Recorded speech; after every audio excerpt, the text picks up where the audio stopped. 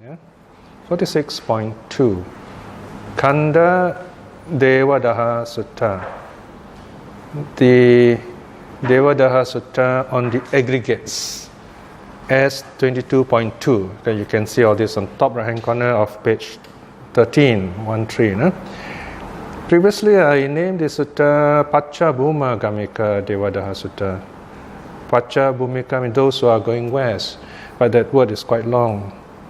So I follow this very simple principle of naming suttas which have got multiple occurrences. For example, Devadaha Sutta, you might have 2 or 3 suttas, same name, different nikaya, sometimes same nikaya. So, for example, Anguttara is easier. Anguttara, we just follow the book of ones, book of twos, threes, and so on. So it's very easy. That's assuming the sutta the name occurs only once.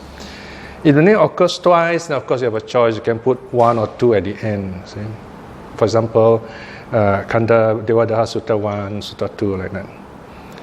And then in the Samyutta, you look at the chapter heading. Okay, so here the chapter you can know at once is the Khandha Samyutta, right? So this is just to help us remember the name of the sutta. Khandha means the aggregates, right? So we know that this sutta is about the 5 aggregates. Either you remember the name or you remember the number. The number is quite easy to remember. It's S22.2. And then the 4th line is the theme. How to answer Dharma questions. No? Last week we did how to teach the Dharma. So this kind of very nice follow-up. Now, so this sutta is very helpful in helping us to learn of the nature of impermanence, the nature of the 5 aggregates. The 5 aggregates are what we are. You know, if we talk about, okay, what are we really? What are we made up of?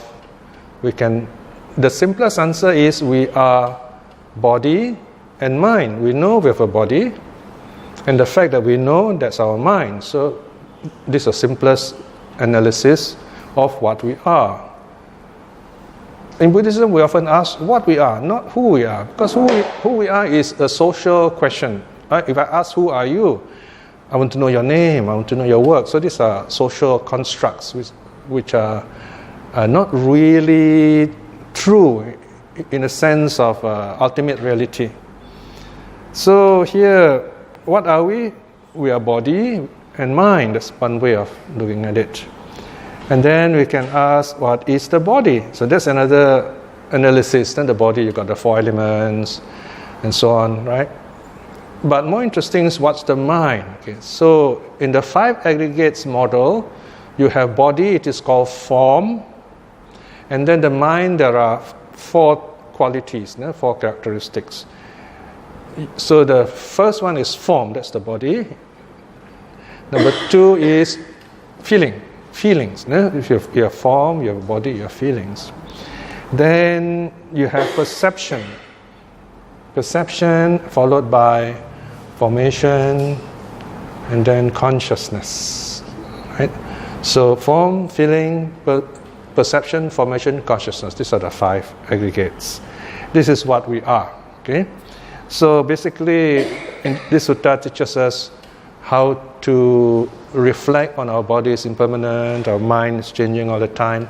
So this exercise is what in modern terms we can call a reality check.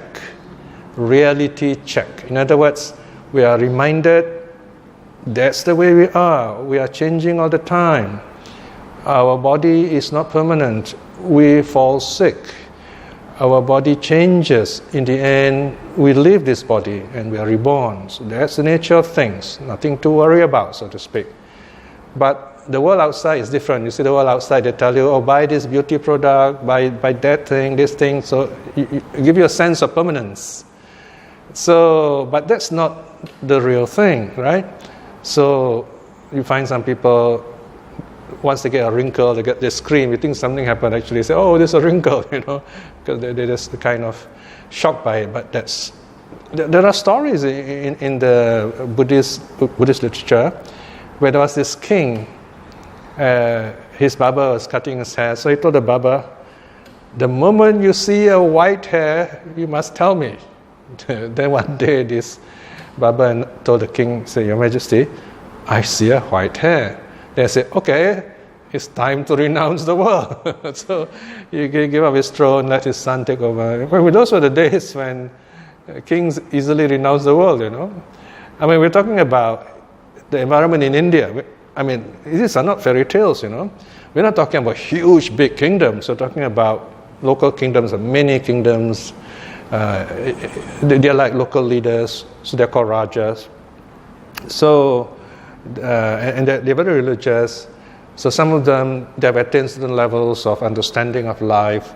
So when they see, I'm already old enough, I've ruled long enough, let my son take over, and then they become holy men. They renounce the world.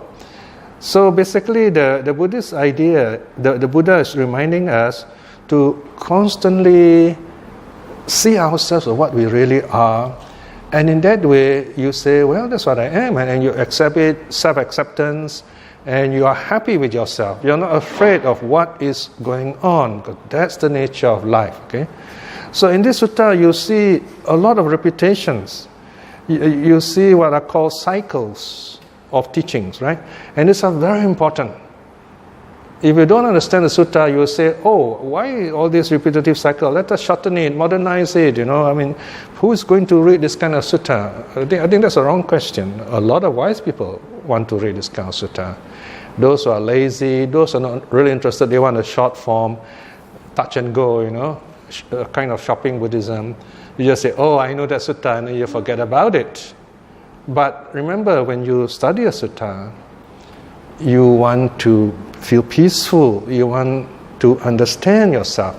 So this repetition kind of keep telling you, this is what it is. Things are impermanent. Why the repetition? Because we forget very easily. We are distracted very easily, right?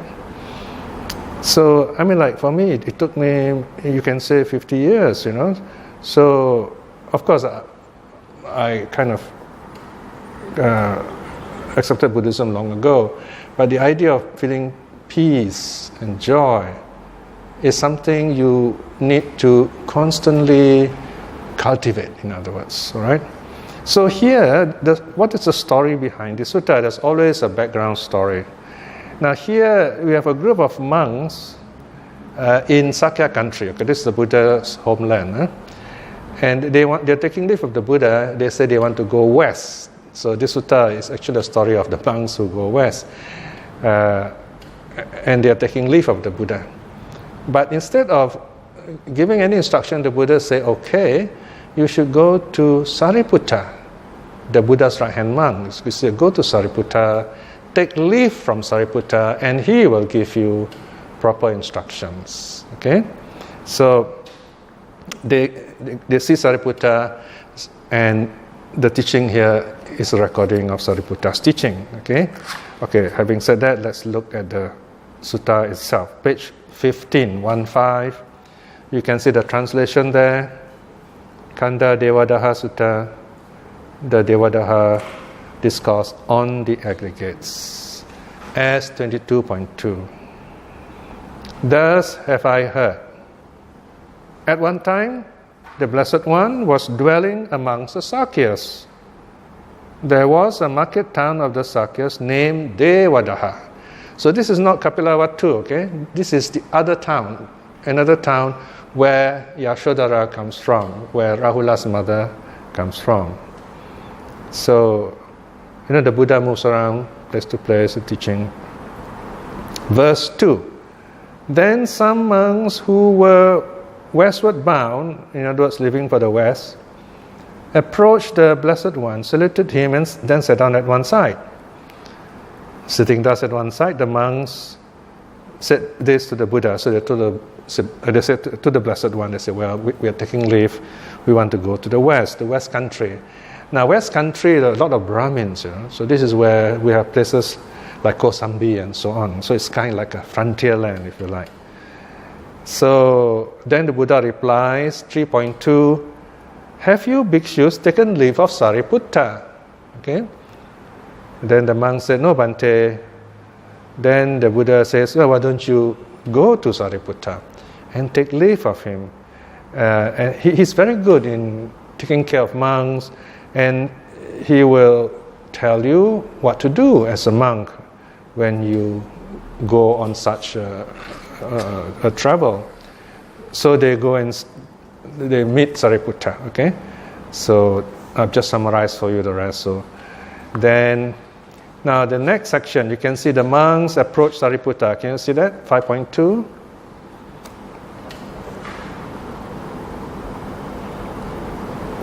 So they meet Sariputta, they show respect to the elder monk. And they tell Sariputta, well, we are taking leave, we are going to the west, okay? So now Sariputta's teaching begins at number 7. Can you see number 7 there? Section 7. Awuso, okay, Awuso here means friends. He's addressing other monks. There are those who would question a monk who has gone to a different kingdom. They are wise kshatriyas, wise brahmins, wise house lords, wise recluse. All right. So Sariputta tells them, say, you are foreigners over there, and you are monks. So those people who are very wise are sure to ask you questions. All right. Here, the 4 classes of people are mentioned. The 4 classes of those days in India. Kshatriyas, these are the noblemen, the nobility, the ruling class. The Brahmins are the priests. These are the educators, if you like.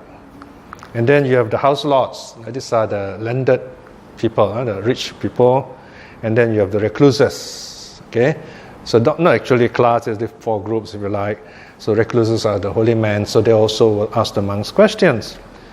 Then Sariputta says, for Awuso wise humans are investigators who ask, what does the Venerable Teacher say of this? What does he teach, right? So notice here, Sariputta, he deals with wisdom, So he tells the monks, wise people ask you questions, right? So they ask you serious questions, good questions, because they want to know things. So you must be ready. So this is a wise monk's way of talking. Then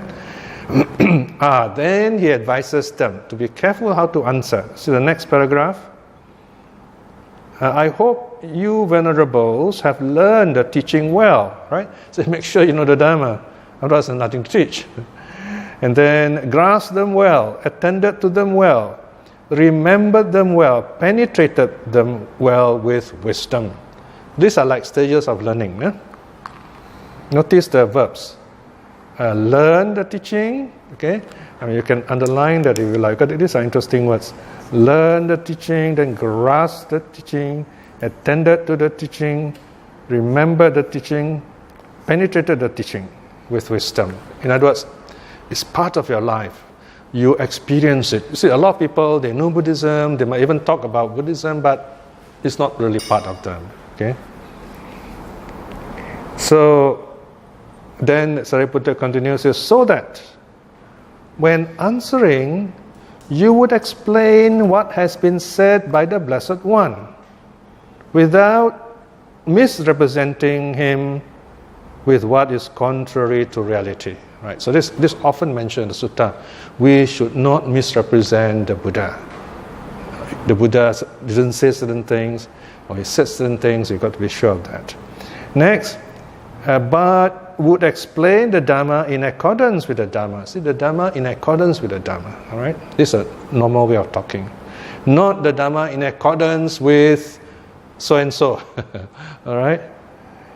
So that no colleague in the Dharma, following what has been said, would find ground for censure. Right? So that other wise people, who are wise, who know the Dharma, will not complain, will not object. And then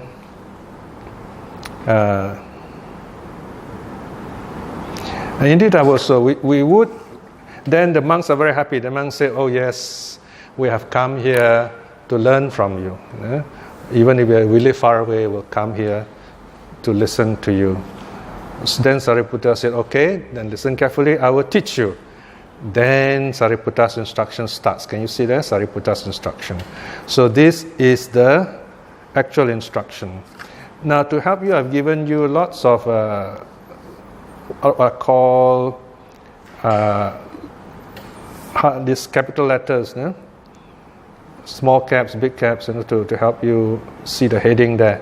Now don't be daunted by the big chunk of words there. These are like musical notes, okay? So you're supposed to read them and listen, right? So today I won't read through everything for you. I will summarize, I will digest them, present it to you, tell you what the key ideas are. If you're not sure, don't worry. Look at the highlighted words, right? For example, if you look at section 10, a lot of words there, but you see the highlighted words. What does the venerable teacher say of this? What does he teach, right? So somebody is going to ask this kind of question. What does the Buddha teach? All right? So then Sariputta says, you should answer. What do you think is the answer here? It's underlined for you. The reading of lustful desire. Right? Can you see that? So it's all kind of simplified for you a bit. So the Buddha says, Sariputta says, one of the first thing they'll ask you is, what does the Buddha teach? Well, one way to answer, Sariputta says, is the Buddha teaches us to get rid of our lustful desires. Notice it's qualified. Lustful desire. Sariputta didn't say desire, because desire, or you can translate as chanda, there are many words in Pali, but chanda is the most common. Chanda is a neutral term. For example, you have the desire to do good, right? That's good. You have the desire for food, you're hungry, which is also good in a sense because it gives you health. But if you desire to do bad things, that's different, right? So desire is just this mind getting ready to do things, right? So it's neutral in that sense. But here, lustful desire is bad. What does it mean, lustful desire? Lustful desire means we are simply caught up with the way our five senses work. We see something nice, we want it. Whether we need it or not, we just want it. We think it's nice, okay? Again, when you say something nice, beautiful, is very subjective, right? What's nice to me is not nice to you, and so on, right? But here, we think it is nice. And once you think it is nice, the problem is you don't know when to stop. You keep on wanting, and there's no end to it, in other words. That's called lust. Not knowing when to stop. So, if you like something, there's nothing wrong. When is it not wrong? When you know when to stop. I'm talking about good things, not hurting people. All right, let's say you like to eat something. All right, you maybe you like this char kway teow from this nice new store, but you can't be, eating it again and again and not knowing when to stop. You see, important things. Okay, I'm full, then I stop. Then there's no problem with that. Okay. The danger is we do not know when to stop. All right? So it's very subjective in that sense. Okay? So lustful desire means you do not know when to stop. It means you harm yourself, you harm other people, your loved one also get hurt, and your environment also suffers. Then it's not good. Okay? Right, so that's the first reply. And then Sariputta says, okay, now the next question they may ask you is, can you see 11.2? They may ask you, in what connection does your teacher teach the reading of lustful desire? Okay? Now you notice something interesting here. I am giving you all the key ideas, but you notice lots of words behind the key ideas, right? So you imagine those words, they are like petals of a flower, lots of petals. And then you find there is this, I don't know what you call it, a stamen or something. And that's what the bee wants, you see. The bee doesn't bother about the petals. The bee just wants to go to that nice part with all the sweet juices, and then the pollen gets stuck to the wings and fur of the bee, and the bee flies off, okay? So you see all the other lines, they kind of help the reciter. And when you listen, it also helps you to remember. Okay?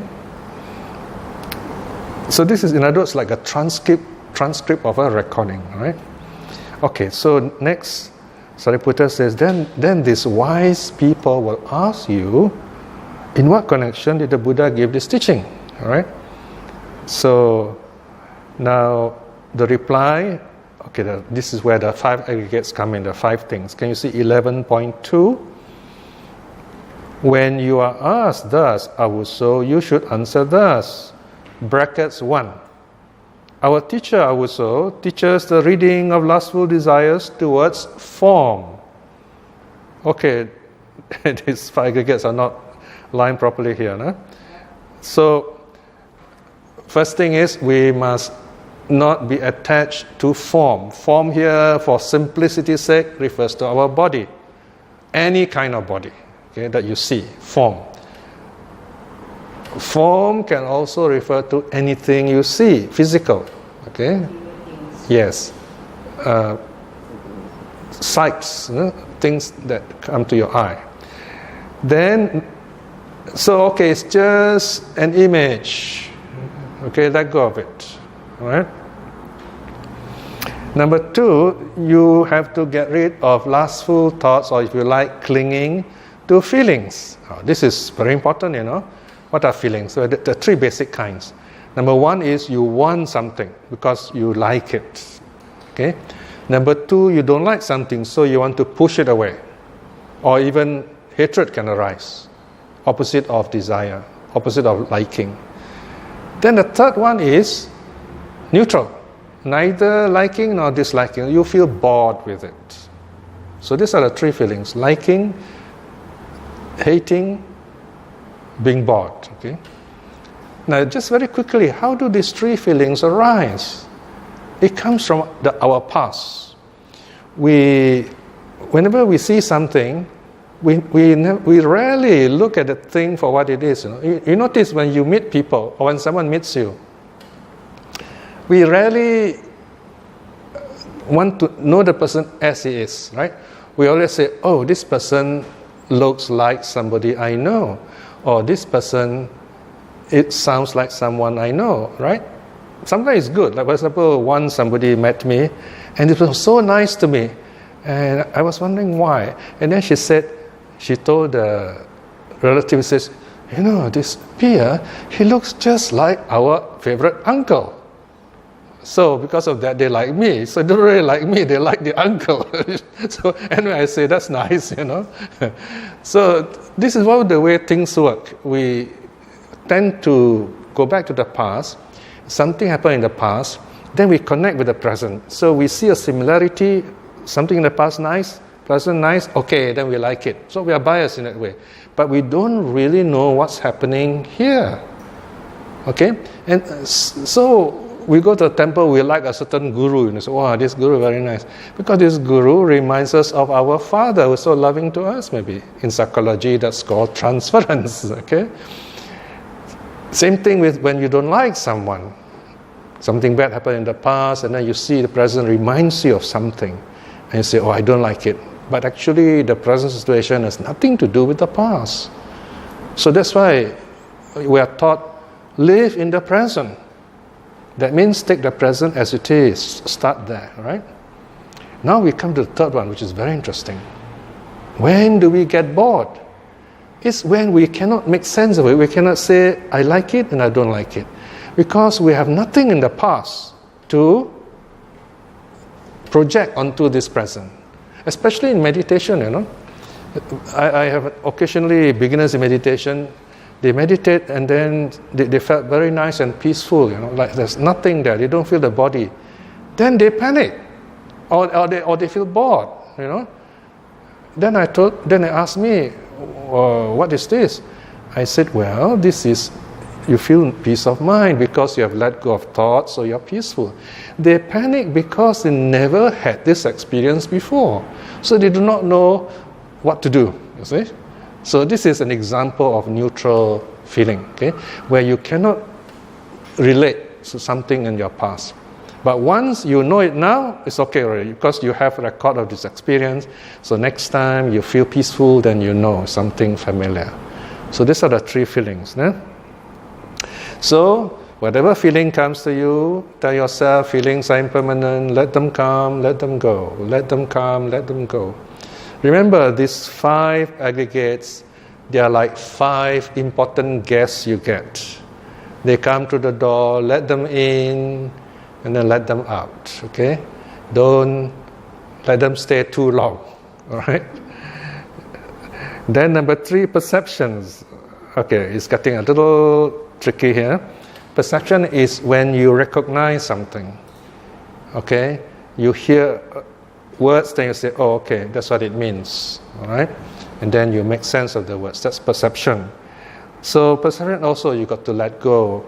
Don't get too attached to perception because meanings can change.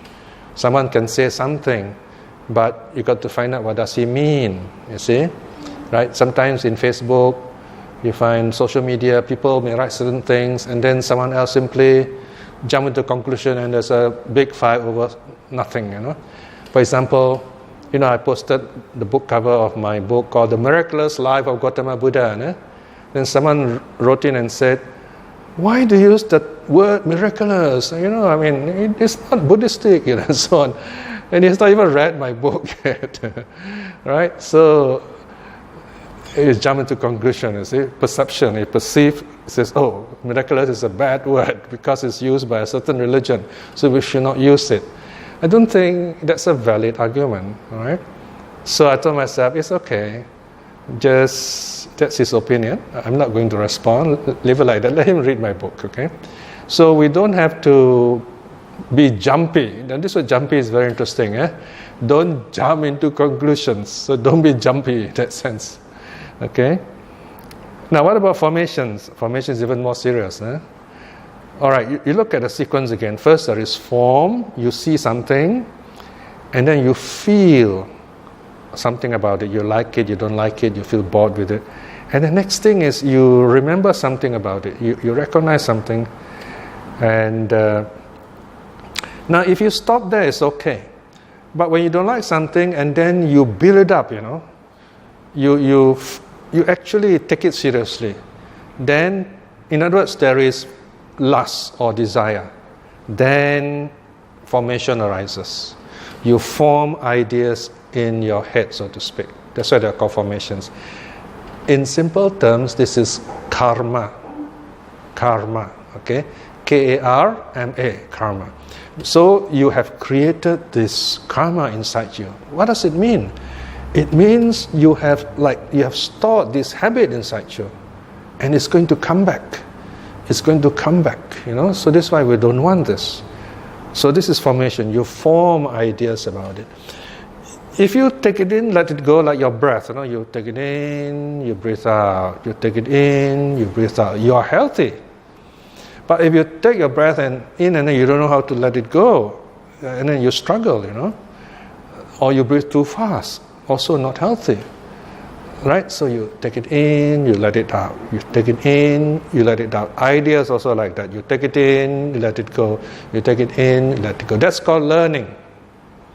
We learn by taking in ideas, letting it go. Taking in ideas, let it go, right? Even when you read a book, you notice when you read a book, your eyes move over the words. You don't stay with one word and you say, I'm reading. You're not. You're just looking at the word, and you notice when you look at just one word, it disappears. You don't see anything after a while, because you have to move your eyes. What you move is your attention. It goes through all those words, and then the words are formed, okay? And then you look at the words and say, oh, this is interesting. So your attention is captured there. That's feeling, and then you perceive, you recognize all the words. Okay, this is this is this is cat. So you perceive all the words, and then you form ideas. You say, oh, this is a good book, I like it. So that's good karma, okay? And then the last one, consciousness. You are aware of all this going on, called reading, okay? Consciousness is a very basic sense of awareness, and there are 5 basic ones: seeing, smelling, tasting, touching. What did I miss out? Eye, ear, nose, tongue, body. Okay, the sixth one is thinking. All right.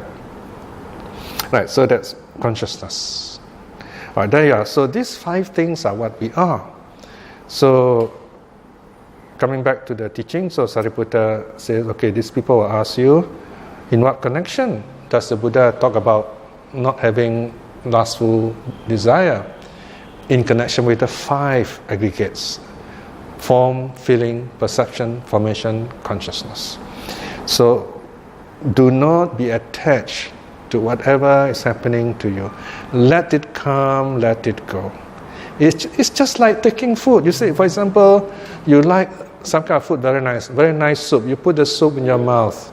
You say, okay, you taste it and then you swallow it, you see? I mean, it's very nice. You put it in your mouth. It's very nice. I'm going to hold it in my mouth forever. If after that there's no more taste, right? The taste comes with a change. You taste, you swallow. Now there's something interesting here. When I eat, I always have a sequence of eating. I mean, this is what my mother used to teach me: eat the not so sweet one first. You see? Because you eat the sweet one, then the next one won't be so sweet. You see? So because it's got to do with your taste buds, Actually, you go deeper as a principle of change. All right. So you go gradually. You taste something, and then you find you get a very nice taste. But taste is change. So because you notice, this is another habit I have. When I'm served especially nice warm rice, I will just take a spoonful of plain white rice I put in my mouth and say, this tastes very nice, plain white rice, because you have not tasted anything else. Even soup, you find the first time you drink that soup is really good, but somehow later on in the meal you find it seems to lose the taste. But the soup didn't lose any taste. It's your perception. You see that? There you are, perception. So this is what the Buddha is talking about. These changes occur. So you notice them, then you learn something. You learn to let go. You say, okay, it's just a taste. All right? Okay. So in connection with the 5 aggregates, don't have lustful thoughts. Another way of talking about it, another sutta, the Buddha says, let go. Same way of talking. Let go of all these experiences. And now the next question, Sariputta says, they may ask, but what are why do you do this? Are there disadvantages? Are there dangers? Right? So, look at 12.2. But seeing what disadvantage does the Venerable teacher teach the reading of lustful desire towards form and feeling, perception, formation, consciousness? So to simplify this, Sariputta says those wise people may ask you, he's telling the monks, they may ask you, what is the reason for this? What is the disadvantage of being lustful towards things? Right? So the danger is that you get caught up with it. You do not know when to stop. You want more and more. Okay? So you have to let go of it, in other words. All right? So notice then there is a refrain, 12.4. Refrain means it's like a chorus. It summarizes what has been said before. 12.4. Having seen this advantage, our teacher teaches the reading of lustful desire for form, for feeling, for perception, for formation, for consciousness. All right? So disadvantage means you get caught up with it, you don't know when to stop, and that's going to cause a lot of suffering.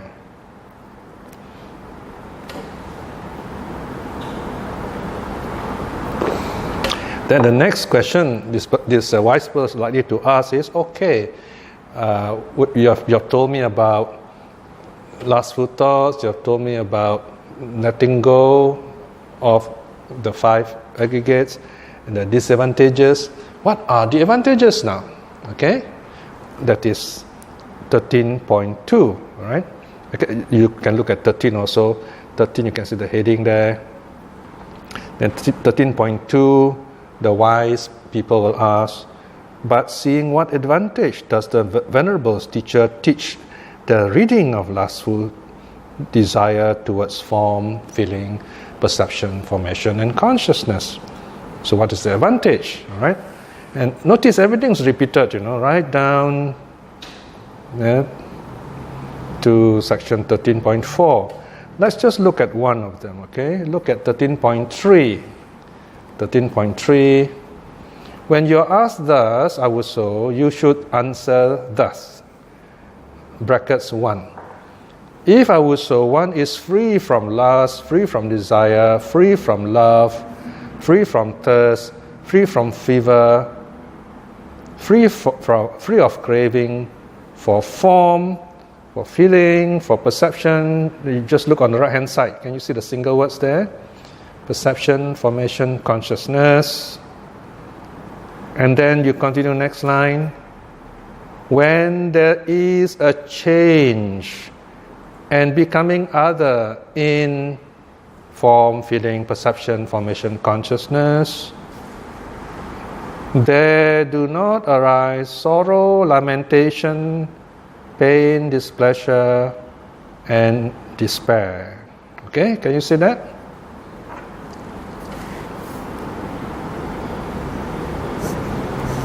So, the meaning is this. The advantage is if you do not run after all these five aggregates, you do not attach to them, you see change in them, and they all will change. You are not troubled by it. Okay, let's look how real is this teaching the Buddha has given us. If you look at the world today, people are troubled by changes in their body.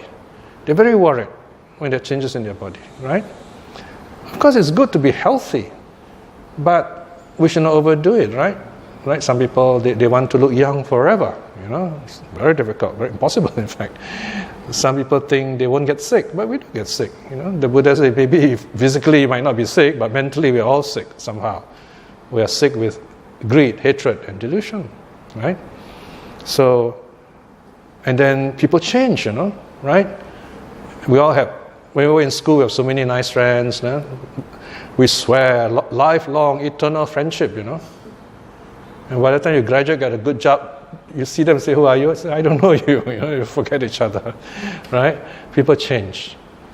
Or, once you get married, so you forget your friends because your partner will say, either them or me, or something like that. Then you lose your friends, So people change. It's not in their control. And you have to accept it, is it? It doesn't mean you can't do anything about it. Of course, there are things you can do about it. But you must first accept the reality of life. Accept the reality of life, and from there, you proceed to do what is right. Okay? Right, so everything changes. Become other. And don't be shocked by it. Get used to it. Okay? Right, so now the teaching is almost over. All right, look at section 14, page 20 now.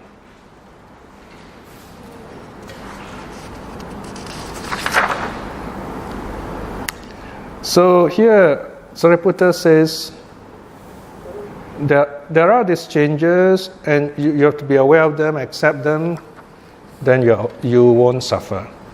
Next, Sariputta continues to say, Awuso, if one who attains and dwells in unwholesome states were to dwell happily here and now, without vexation, without despair, without fever, and with the bodies breaking up after death, could expect a happy destination, the Blessed One would not have praised the abandoning of unwholesome things.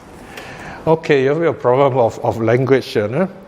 The ancient Indians, they like to use what is called apophatic language, apophasis. This is well known in the West philosophy. Apophasis, it means negative language. Negative language. You notice in Buddhist practice, the first training is in the negative. Don't do. Don't do. So in a sense, very easy to be a Buddhist. To be a Buddhist, we start by not doing 5 things. That's called apophatic morality, if you like. Or the morality of omission. Omission, that means don't do, don't kill, don't steal, don't commit sexual misconduct, don't lie, don't cloud up your mind, don't get intoxicated, right? Very easy, don't do, right?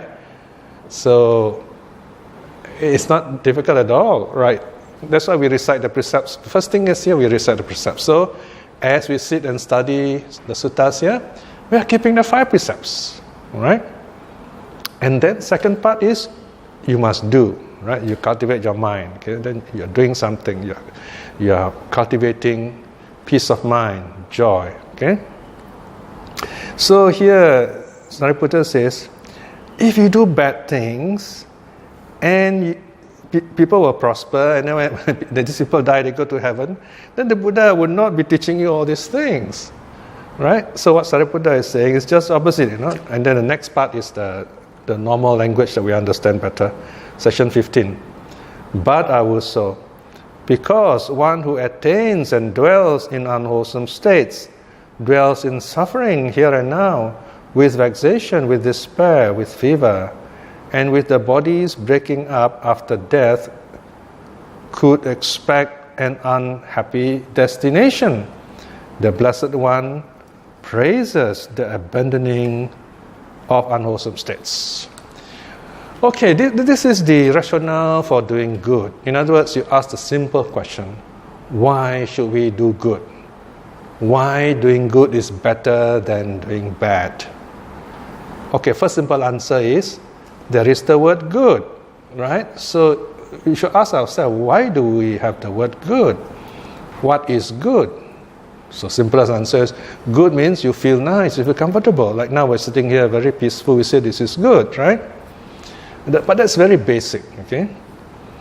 Here, okay, what's bad? Bad is when you get hurt. When someone hurts you, so that's against the first precept, you get hurt, all right? Number 2, you lose something you have worked hard for. You work very hard, you have saved a lot of money, and someone steals it. That's bad. That's precept number 2 broken. And then someone disrespects your body, right? That's breaking precept number 3. And number 4, someone lies to you. And then you find it's very embarrassing. You get yourself into a lot of trouble because of that lie. That's breaking the 4th precept, right? And then that's not good, right? And then number 5, our minds is confused. We don't understand anything people are saying. So that's the 5th precept broken. It's not good. So we come to a very simple rationale here. Why is being good?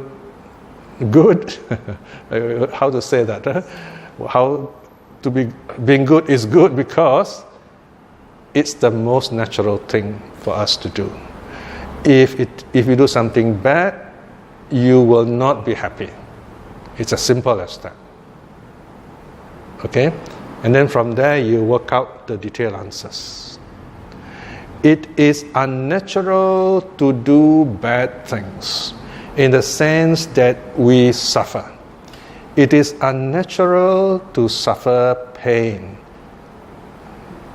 In other words, we don't have to suffer pain. You have a choice. Okay? So this is where there's a saying, pain is natural, okay? Suffering is optional. What does that mean? Pain. For example, let's say if I fell down on the floor and I knocked my knee, I say, wow, that's painful. All right? Then I say, it's all right, I'm okay. I know how to rub my leg. And I say, pain, pain, pain. Oh, this is a wonderful moment for meditation. And you smile and you say, wonderful, I can feel pain. And then it's gone. And then you talk about it in a sutta class like this. You write about it on Facebook, I mean, all these are wonderful occasions for writing wise things, Or on the other hand, you get very upset. You say, this is a terrible place, this floor is not good, you start blaming everything, That's not wise, right? Unnatural, see? So, pain is natural because you have a body, your leg hits the floor, you feel pain. It's natural. Suffering is when you scold the floor, right? I mean, if the floor is not there, you got nowhere to stand, isn't it? Okay? So, suffering, pain is natural, suffering is, no, is that correct? Pain is natural, suffering is optional. You can choose not to suffer. And that's why the Buddha teaches you. The Buddha teaches us because the Buddha said, you have a choice. You have a choice. So choose wisely. There are many kinds of Buddhism today. My advice is, don't choose any Buddhism. Choose the Dharma, that's good enough. The Dharma has no name, so to speak. Just call Dharma, okay? All right, then we come to the conclusion. Section 16.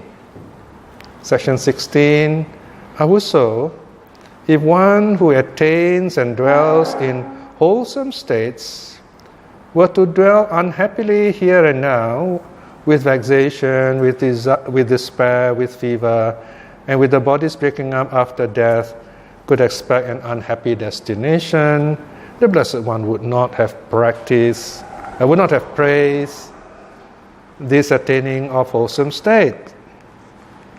But also because one who attains and dwells in wholesome states, dwells in happiness here and now, without vexation, without despair, without fever, and with the bodies breaking up after death, could expect a happy destination, the Blessed One praises the attaining of wholesome states. So this is the positive side. So the Buddha said, because doing good has its benefits. And the benefits also follow us to the next life, not just this life. That is why the Buddha praises, the Buddha teaches doing good. So, Sariputta's teaching ends there. The Venerable Sariputta said this.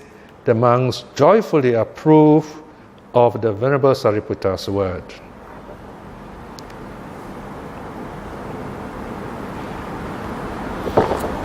Right, and it's just nice, the timing. So there you are. We have Sariputta's advice to these monks who are going to teach in the West. This is like a happier version of the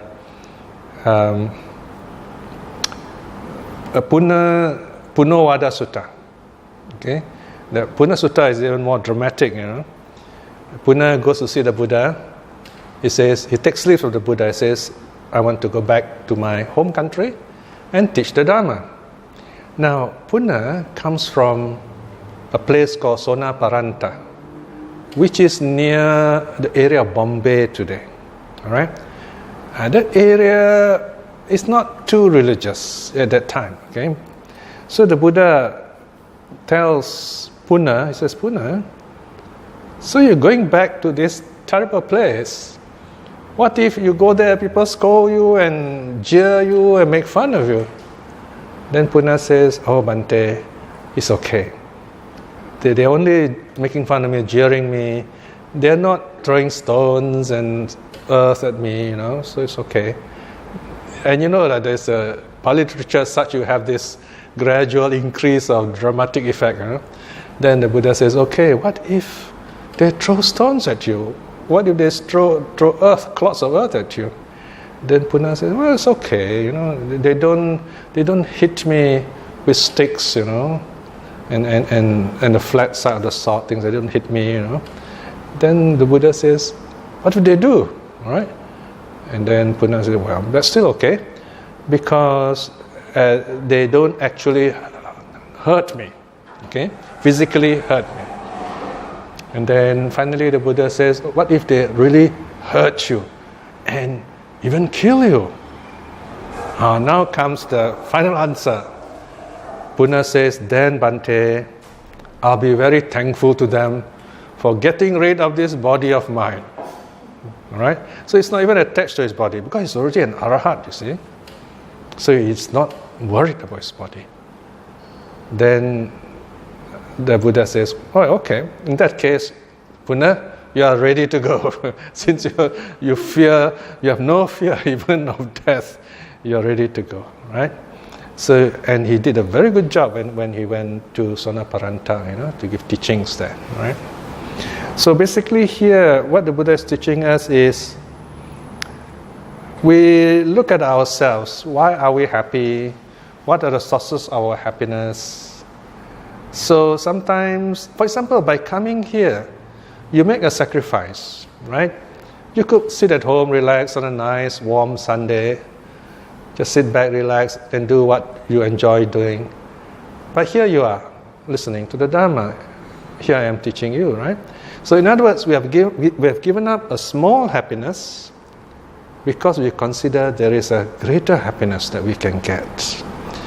So this is where in the Dhammapada the Buddha says, if by giving up a small happiness you gain a bigger happiness, then by all means you should sacrifice that small happiness because you have this greater happiness waiting for you. So you have worldly happiness and you have spiritual happiness. Spiritual happiness lasts beyond this life. Material happiness is only this life, maybe just a moment. That's the difference. Okay, so let me stop there for a while, and if you have any questions, you may ask. So let me summarize. So here, there's this group of monks. They want to go to the West to live there and teach the Dhamma. So they went to the Buddha. Then the Buddha said, why don't you see Venerable Sariputta who will advise you? And then they see Sariputta who tell them, okay, when you go there are wise people who ask questions, right? So here again, in our daily life, we find there are wise people who ask questions. It's good to ask questions. It's good to be curious, to learn. And then Sariputta says, okay, what are the questions they are likely to ask you? Sensible questions, useful questions. The first is, what does the Buddha teach?